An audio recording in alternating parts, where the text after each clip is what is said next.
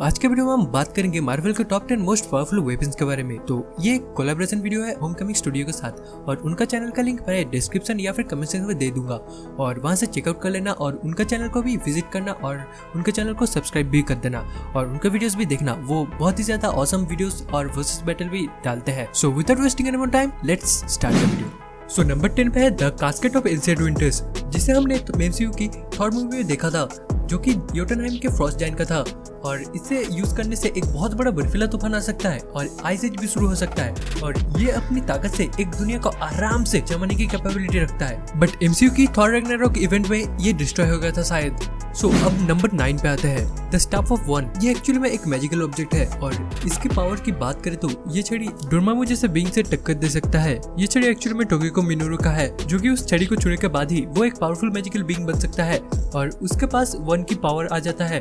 और ये वन एक बहुत पावरफुल मैजिशियन थे, बट किसी कारण उनको मिनोरू की फैमिली को अपना पावर सर्व करना पड़ा। वो उसी छड़ी पे कैद हो गए, जिसका नाम पड़ा the staff of one. Okay, अब बात करते हैं नंबर 8 की। नंबर 8 पे है क्रिम्सन जेम ऑफ साइटोरैक। हजारों साल पहले 8 सबसे ताकतवर मैजिकल बींग्स, जिन्होंने कौन सबसे ज्यादा ताकतवर है और उसे लेके एक बहस शुरू कर दिए थे और फिर सभी ने बोला कि वो अपना अपना एक दाव रखेंगे और इससे सभी ने अपना अपना एक दाव रखा। बट साइटोरैक ने एक जिम बनाया और जहाँ पर उन सब की पावर्स थी और उसके बाद उनका कोई नामो निशान नहीं था। बट इतने सालों के बाद अर्थ पे जब ढूंढा गया था तब केन मार्को ने उससे टच किया था और उसके बाद वो जगरनट बना था। और आप समझ ही सकते हैं कि 8 मैजिकल सबसे ज्यादा पावरफुल टुकड़ी की पावर्स एक जिम में है तो कितना खतरनाक हो सकता है। तो नंबर 7 पे है द ओडिन सॉर्ड। आप समझ ही चुके होंगे कि ये एसगार्ड से बिलोंग करता है और आप लोगों को पता होगा कि एसगार्ड में बहुत सारे पावरफुल वेपन्स खोज हुए थे और उनमें से म्योनिर सबसे ज्यादा फेमस है। बट म्योनिर भी द ओडिन सॉर्ड के आगे कुछ भी नहीं है। द ओडिन सॉर्ड का फर्स्ट अपीयरेंस हुआ था the journey into mystery comic की इशू नंबर 117 में। ये सॉर्ड सेलेस्टियल से लड़ने की कैपेबिलिटी रखता है और एक पूरे यूनिवर्स को एक ही झटके में एक्सप्लोर करने की भी कैपेबिलिटी रखता है। नंबर 6 पे है ऑल ब्लैक द नेक्रोसॉर्ड। इसके बारे में तो आप सभी लोग जानते ही होंगे और अगर थोड़ा भूल गए हो तो मैं याद कर देता हूँ। ठीक से सुनना, बोर्ड के एग्जाम में आएगा। ऑल ब्लैक द नेक्रोसॉर्ड बिलोंग करता है नल द गॉड ऑफ सिम्बायोट से और ये सॉर्ड अपने एक स्ट्राइक से एक सेलेस्टियल का गला भी काट दिया था और इससे नल ने बहुत सारे सेलेस्टियल को मारा भी था। एक दिन नल और सेलेस्टियल के बीच में लड़ाई चल रहा था और तब नल गॉड के प्लैनेट पे जा पड़ता है और वहाँ पर गॉड को नेक्रोसॉर्ड मिलता है और वो उसे ले लेता है, जिसके बाद वो बनता है गॉड द गॉड बुचर, जो कि हमें Thor and love and thunder movie में भी दिखाया जाएगा। तो ये कोलैबोरेशन वीडियो है होमकमिंग स्टूडियो के साथ। तो नंबर 5 से होमकमिंग स्टूडियो ही बोलेंगे। And now handing over to homecoming studio ji. तो thank you so much pulled up यहाँ तक वीडियो को कंटिन्यू करने के लिए और यहाँ से आगे का सफ़र आप लोग कंटिन्यू करेंगे मेरे साथ। तो हम लोग आ चुके हैं हमारे टॉप 5 वेपन्स के लिस्ट में और इस लिस्ट में नंबर 5 पे है द डिस्ट्रॉयर आर्मर। तो डिस्ट्रॉयर आर्मर को कौन नहीं जानता, इसको हमने फर्स्ट इन मूवीज़ देखा था थॉर 1 में और इस आर्मर का क्रिएटर है द नॉर्स गॉड ओडिन। तो ओडिन ये जानता था कि ऐसे कुछ स्टार्स है जहाँ पे डार्क पावर या फिर डार्क फोर्स रहते हैं और उन सभी को हराने के लिए, फेस करने के लिए ओडिन ने डिस्ट्रॉयर आर्मर बनाया था। और इस डिस्ट्रॉयर आर्मर का पावर तो हम लोगों ने देखा ही इन दी थॉर 1 मूवीज़। तो इस आर्मर को ओडिन ने ऐसी तरीके से बनाया था, ये एकदम अनब्रेकेबल है। मतलब मैक्सिमम जगह पे इस आर्मर को कोई चोट या फिर कुछ खरोच तक भी नहीं आता था। पर अगर इस आर्मर में सबसे खास बात यह है, अगर कोई इस आर्मर को कंट्रोल कर रहा है और वो इस आर्मर का गलत यूज़ कर रहा है तो ओडिन अपने एक स्पेल से उस पूरे आर्मर को डीएक्टिवेट कर सकता है, उसके पूरे पावर्स को डीएक्टिवेट कर सकता है। और ये आर्मर इंडिपेंडेंटली एंड डिपेंडेंटली भी काम कर सकता है। मतलब इस आर्मर को कोई पहन के यूज़ कर सकता है और किसी यूज़र के बगैर ये आर्मर काफ़ी देर तक इंडिपेंडेंटली काम कर सकता है। तो ये जो डिस्ट्रॉयर आर्मर है ये एक अननोन एन्चेंटेड मेटल से बना हुआ है और इस आर्मर में बहुत सारे पावर्स है, जैसे कि ये super human strength and stamina carry कर सकता है और ये प्रैक्टिकली इनवल्नरेबल है। और इस सूट में ऐसे पावर्स है ताकि ये एनर्जी प्रोजेक्शन कर सके, उसके साथ साथ मैटर मैनिपुलेशन भी कर सके।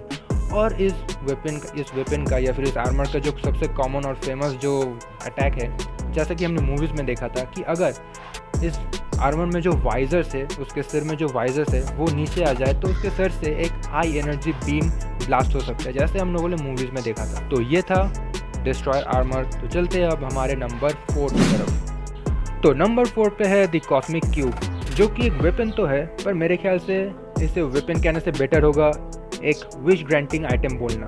वो क्यों, मैं बताता हूँ। तो कॉस्मिक क्यूब का जो मेन पावर है वो तो कुछ और ही है, पर बेसिकली ये मैटर और एनर्जी को कंट्रोल कर सकता है और इसके यूज़र जो इसको होल्ड कर रहा है या फिर जो इसको यूज़ कर रहा है उस यूज़र के मन के अंदर जो क्वेरीज जो क्वेश्चंस है वो सारे ये क्यूब आंसर कर सकता है। और सिर्फ यही नहीं, उस यूज़र के जो इच्छाएं जो विशेस है वो भी ये क्यूब पूरा कर सकता है। इसीलिए एक वेपन से बेटर ये एक विश ग्रांटिंग ऑब्जेक्ट है। और सिर्फ एक ही कॉस्मिक क्यूब नहीं है, यूनिवर्स में ऐसे बहुत सारे कॉस्मिक क्यूब्स है और हर एक क्यूब्स का शेप क्यूब जैसा नहीं है।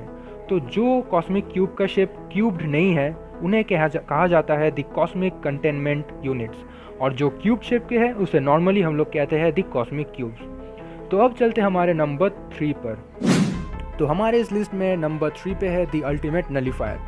तो अल्टीमेट नलीफायर एक बहुत ही ज़्यादा डेंजरस और पावरफुल वेपन है, वो क्यों बताता हूँ।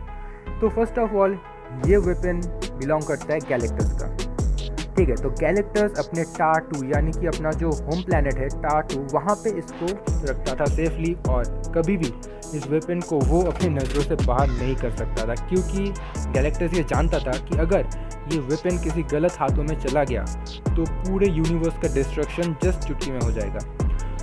तो नलीफायर का कुछ मतलब ऐसे फैक्ट्स है जो मैं बताता हूँ। तो फर्स्ट ऑफ ऑल नलीफायर पूरी तरीके से डिपेंड करता है अपने यूज़र के मेंटल एंड फिजिकल स्ट्रेंथ पे। उसका यूज़र जितना मेंटली एंड फिजिकली स्ट्रांग होगा जस्ट लाइक गैलेक्टस, तो उतना ही इफेक्टिवली ये वेपन काम करेगा। पर अगर कोई यूज़र इसको ठीक से कंट्रोल ना कर पाए और वो यूज़र मेंटली या फिजिकली उतना स्ट्रांग ना हो तो उल्टा वो यूज़र ही पूरी तरीके से ख़त्म हो जाएगा या फिर मर जाएगा। तो ये बहुत ही डेंजरस टर्न ओवर या फिर पार्ट है इस वेपन का। तो इसका झलक हमें देखने को मिला था जब जॉनी स्टॉर्म टा-2 से इस वेपन को चुरा के लाया था ताकि वो गैलेक्टस को रोक सके अर्थ को डिस्ट्रॉय करने से। और जब गैलेक्टस ने देखा कि फैंटास्टिक फोर टीम के पास द नलीफायर है तो गैलेक्टस जैसा पावरफुल एंटिटी बीइंग पीछे हट गया, क्योंकि वो जानता था वो कितना पावरफुल वेपन है। और इसीलिए नलीफायर को माना जाता है one of the most dangerous and powerful weapon in the entire Marvel universe. वो मैं क्यों तो बता ही दिया आप लोगों को। तो चलिए अब चलते हैं हमारे नंबर 2 पे। तो हमारे लिस्ट में नंबर 2 पे है द इन्फिनिटी गॉन्टलेट। वैसे इस गॉन्टलेट का इन्फिनिटी स्टोन्स के बगैर तो कोई काम नहीं है, पर अगर इस गॉन्टलेट में 6 के 6 इन्फिनिटी स्टोन्स आ जाए तो तब हम लोग डील कर रहे हैं मार्वल यूनिवर्स के one of the most dangerous and powerful weapon के साथ।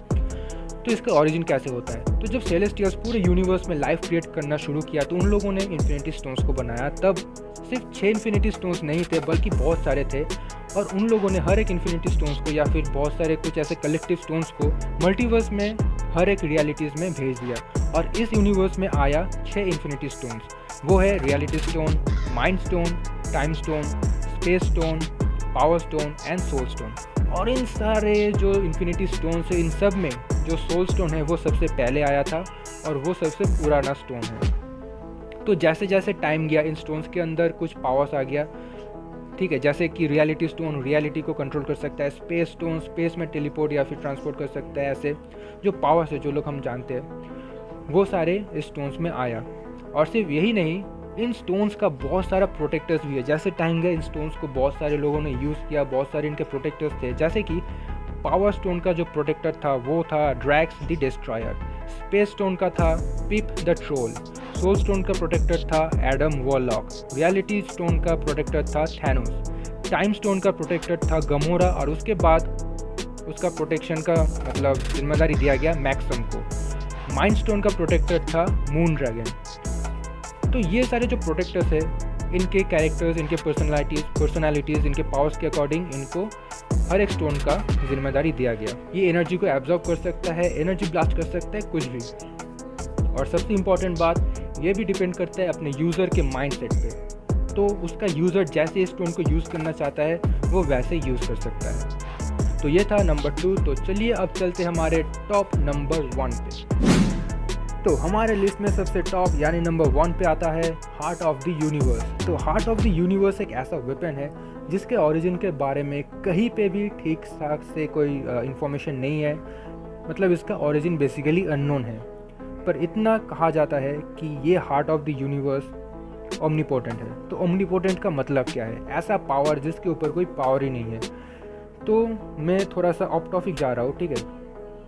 One above all Marvel universe का सबसे पावरफुल कॉस्मिक एंटिटी और इसके ऊपर कोई एंटिटी है ही नहीं। वन ऑफ ऑल सबसे पावरफुल है और वो जो पावर कैरी करता है उसको कहते हैं दी ओमनीपोटेंट पावर, मतलब उसका कोई लिमिट नहीं है, कोई मतलब कुछ भी नहीं है, इतना पावरफुल है वो। तो वैसे ही एनर्जी कैरी करता है the heart of the universe.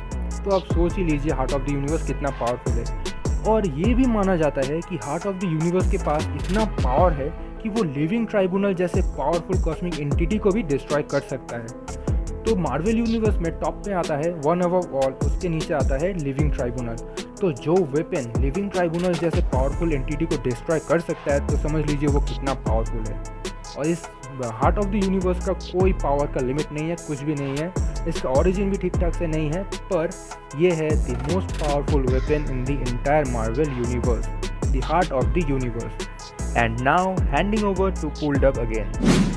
So I hope आप लोगों को इस कोलैबोरेशन वीडियो को देख के अच्छा लगा होगा। और हाँ, ये वीडियो हम दोनों के चैनल पे ही अवेलेबल होगा। और अगर आप मेरे चैनल से देख रहे हो तो मेरे व्यूअर्स होमकमिंग स्टूडियोज को भी सब्सक्राइब कर देना। और अगर आप होमकमिंग स्टूडियो से देख रहे हो तो मेरे चैनल को भी विजिट करना और मेरे वीडियोस देखना। और अगर अच्छा लगा तो लाइक करना और अपने दोस्तों के साथ शेयर भी करना और मेरे चैनल को भी सब्सक्राइब कर देना और बगल के घंटी को भी बजा देना। और मेरा इंस्टाग्राम, डिस्कॉर्ड, टेलीग्राम सबका लिंक डिस्क्रिप्शन में है, सो वहाँ से फॉलो कर लेना। सो मिलते हैं अगली वीडियो में, तब तक के लिए।